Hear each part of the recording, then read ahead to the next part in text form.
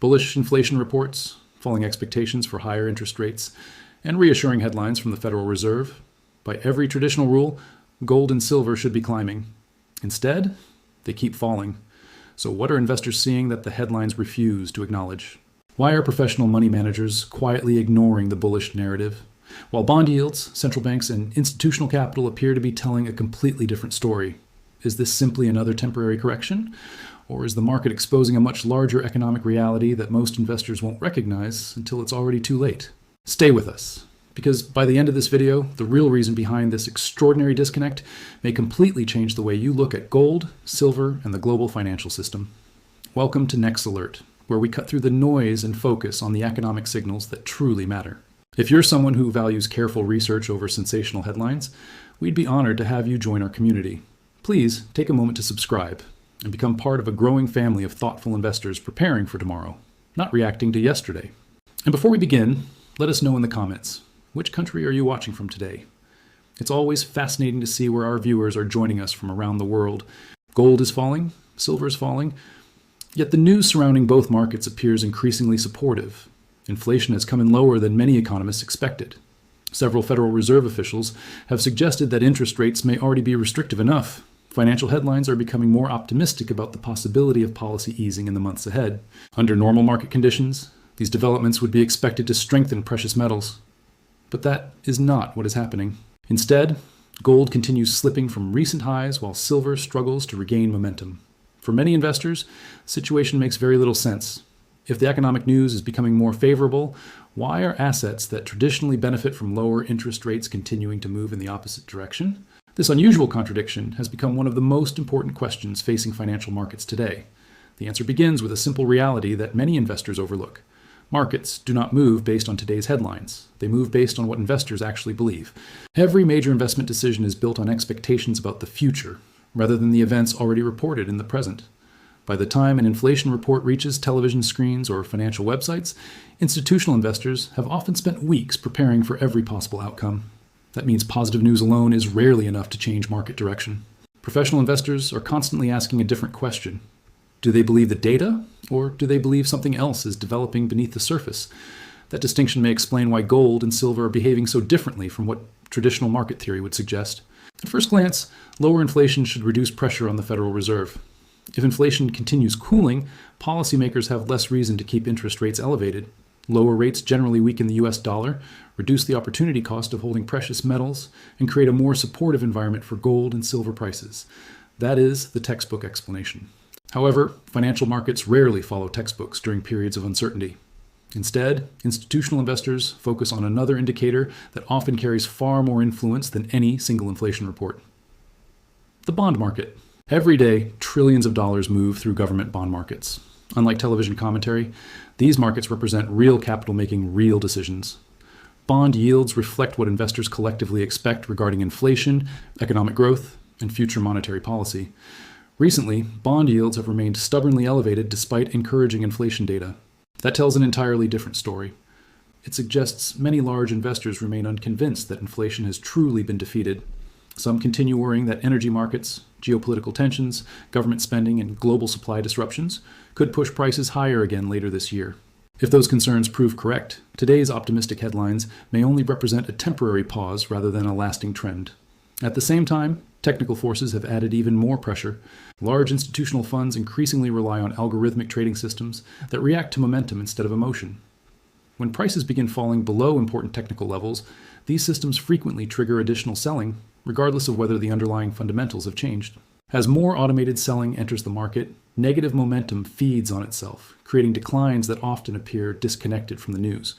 This combination of cautious institutional expectations and technical selling has produced one of the most confusing environments precious metal investors have faced in years.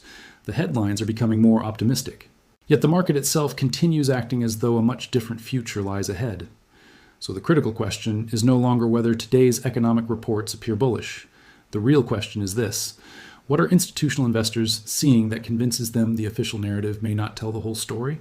Imagine walking into a crowded theater where everyone is applauding, while the people closest to the exits are quietly putting on their coats. From a distance, everything looks calm, but those nearest to the danger are already preparing to leave. That image captures what is happening inside today's financial markets.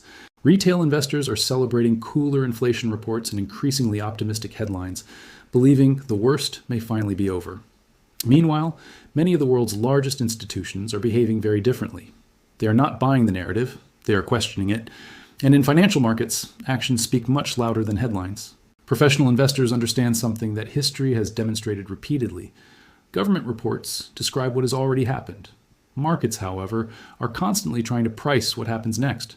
That is why experienced investors spend less time reacting to economic announcements and far more time studying the signals that cannot easily be manipulated. One of those signals is the bond market. Despite encouraging inflation data, Treasury yields remain elevated. If investors truly believed inflation had been defeated, demand for government bonds would normally rise, pushing yields lower. Instead, yields continue reflecting uncertainty.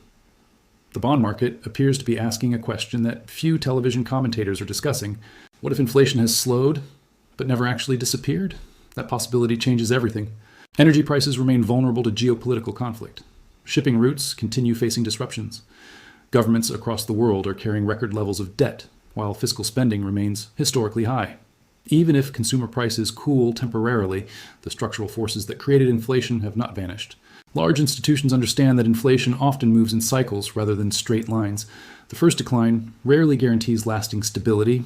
That explains why many portfolio managers continue positioning themselves cautiously instead of chasing every optimistic headline. But there is another development attracting even greater attention.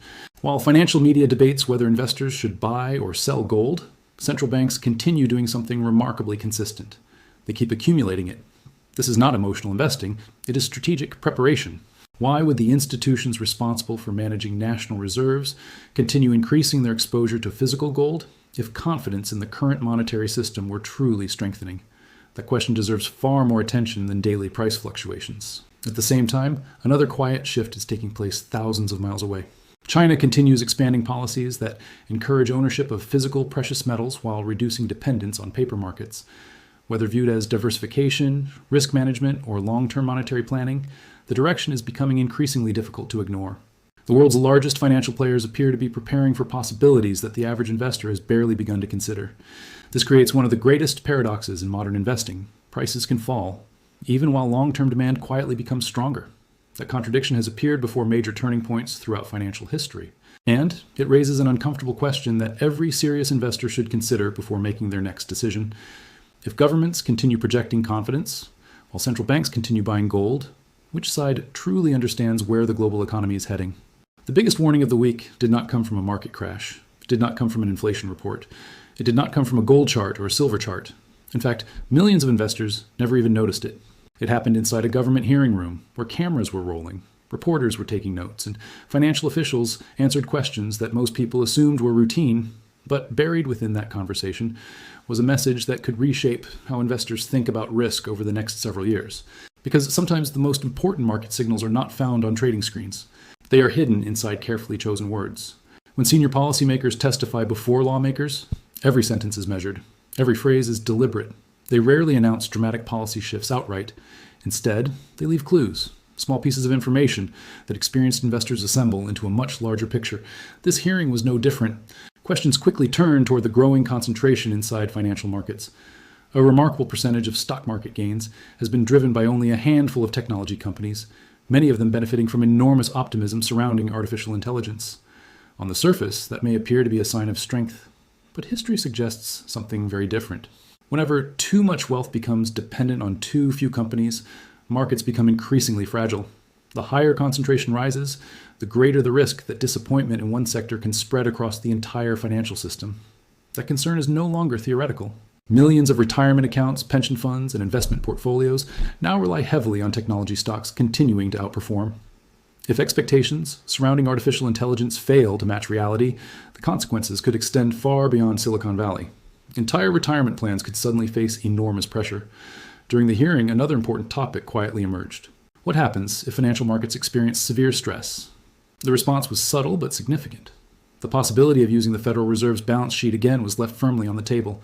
For experienced investors, those words carry enormous meaning. Expanding the balance sheet is another way of saying that liquidity can be injected into the financial system whenever policymakers believe stability is at risk. History has shown this approach before in 2008, again in 2020, and during several periods of financial turbulence. Each time, enormous amounts of money entered the system. Each time, the value of hard assets eventually benefited, which creates an extraordinary contradiction. If history repeatedly shows that monetary expansion ultimately strengthens precious metals, why are gold and silver struggling today? Perhaps the market is not looking at today's headlines. Perhaps it is preparing for something that has not happened yet. And if that is true, today's weakness may not be the end of the story. It may simply be the chapter that most investors misunderstand before the next one begins. Financial history has a habit of repeating itself, not in identical events, but in remarkably familiar patterns. Every major market cycle has created a moment when fear overwhelmed logic. Prices declined, confidence disappeared, and many investors concluded that the long-term story had changed forever. Then, slowly and almost unnoticed, capital began moving in a different direction. That is why experienced investors rarely ask one simple question: why is the price falling today? Instead, they ask a much more important one: who is quietly positioning themselves while everyone else is focused on today's panic? History offers several answers. During the aftermath of the dot-com collapse, technology stocks lost enormous value while investors searched for assets capable of preserving purchasing power. Following the global financial crisis, unprecedented monetary stimulus reshaped financial markets for more than a decade. During the pandemic, trillions of newly created dollars entered the global economy in an attempt to stabilize markets. Although each crisis looked different, they shared one common outcome.